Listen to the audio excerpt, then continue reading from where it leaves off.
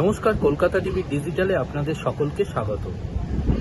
শান্তিপূর্ণ বিক্ষোভ বা আন্দোলন সাংবিধানিক অধিকার।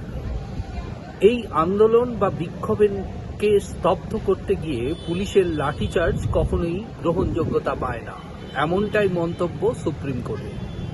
দিল্লিতে যন্তর মন্তরের নিট আন্দোলনকে কেন্দ্র করে যে পুলিশের লাঠিচার্জের ঘটনা ঘটেছে তা নিয়ে সুপ্রিম কোর্টে একটি মামলা দায়ের হয়।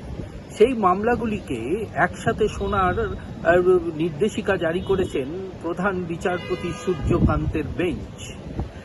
প্রধান বিচারপতির কাছে আজ এই মামলাটি সম্পর্কে তার দৃষ্টি আকর্ষণ করলে তিনি বলেন যে কোনো বিক্ষোভ বা আন্দোলন শান্তিপূর্ণভাবে হওয়া উচিত।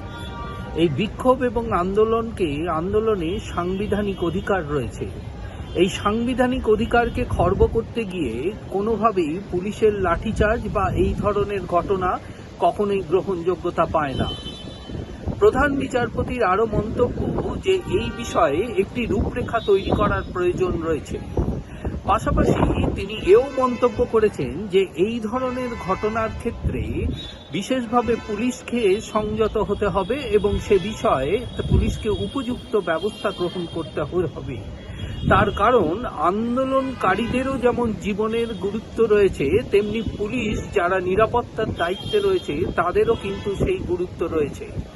তাই প্রধান বিচারপতির বেঞ্চ পরিষ্কার জানিয়েছেন যে এই ধরনের অর্থাৎ নিট আন্দোলন নিয়ে যন্তর মন্তরের যে ঘটনা, সেই ঘটনার প্রেক্ষিতে যে সকল মামলা দায়ের হয়েছে সমস্ত মামলার শুনানি আগামীকাল মঙ্গলবার তালিকাভুক্ত হবে এবং তিনি তার শুনানি গ্রহণ করবেন।